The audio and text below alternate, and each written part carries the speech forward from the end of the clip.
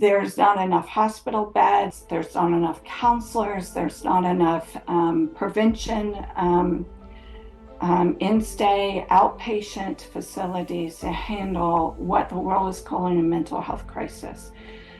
But I challenge us today not to just call it a mental health crisis, but a spiritual all-out war on this generation.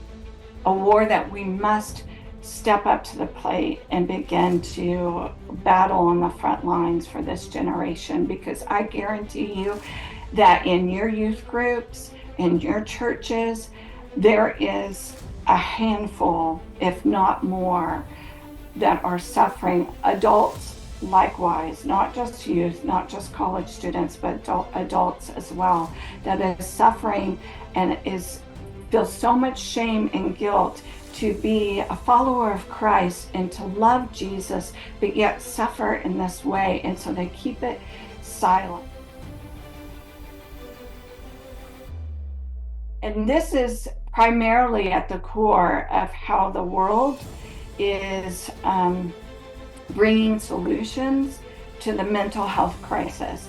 We see that they are suffering, and so we want to help them avoid suffering at all costs. I'm certain that there's many in here that see the problem with that. That is an antichrist spirit. Jesus himself even said he learned obedience by the things he suffered. And the scriptures tell us that suffering actually is the beginning of hope. Suffering produces perseverance. Perseverance produces character, which if you suffer Christ's way, that's the character of Christ. And then the character produces hope. And so I believe wholeheartedly that Satan is pouring out his full ideologies on a generation who has went through COVID, who has learned how to isolate themselves, who has learned how to cultivate self-ideologies and self-idol worship, and to take care of myself before everybody else. And through those ideologies of self-care and protecting yourself and keeping yourself from suffering, there's a whole generation out there that is not learning how to have the character, and we want them to have the character of Christ, learning how to persevere, how to face adversity. So it is our heart to be silence breakers, to go into churches. We hold youth services. We share our story. We share Hope's own words to her generation. And we order Hope into the room. And we give them tools and equip them by the power of the Holy Spirit to learn how to suffer well inside of Christ. They will face adversity, and they must learn how to suffer well, because if they don't, hopelessness will be on the end of that.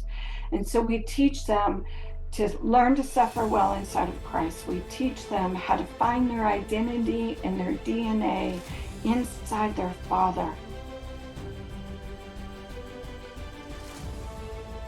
Our story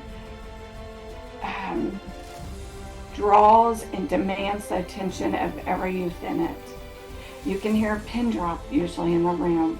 And before I even get halfway through the message, you can hear usually cries and wails from the congregation of youth. And every single one of them, I look in the eyes of them and I see my hope in the eyes of them, so desperately wanting to say that's me. And our story gives them permission to break the silence and say, I need help. We often say that a cry is the beginning of help, and we initiate that cry for help. we invite parents in, because at the end of that service, we give opportunity for the child and the parents to have conversation, to begin to say, do you need help? Do you struggle? And that parent can affirm that child. If the parent is in the room, then we ask for youth leaders and youth pastors to do that as well. We also generally ask that a local Christ-centered counselor that their church may have on staff or may know of in the community come and make themselves available afterwards as well. For pastoral leadership and for parents, we had developed a curriculum that I go in for like a morning, like half of a day, and I train your leadership and your parents on prevention, on knowing the signs, recognizing the signs. Okay, what do I do if the signs are there or if they need immediate help? I have some ideas and equipping for pastoral leadership. Okay, if you have students or you have adults that are struggling in your congregation, what are the steps we need to take? How can we help direct that parent or that adult to get help that they need, either immediate or long-term through counseling? And so we talk about those things. We talk about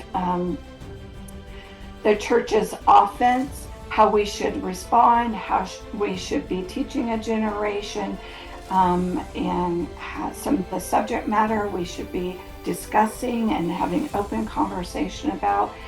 And we talk about the root causes, the strongholds that are there. We are a church body, Pentecostal church body.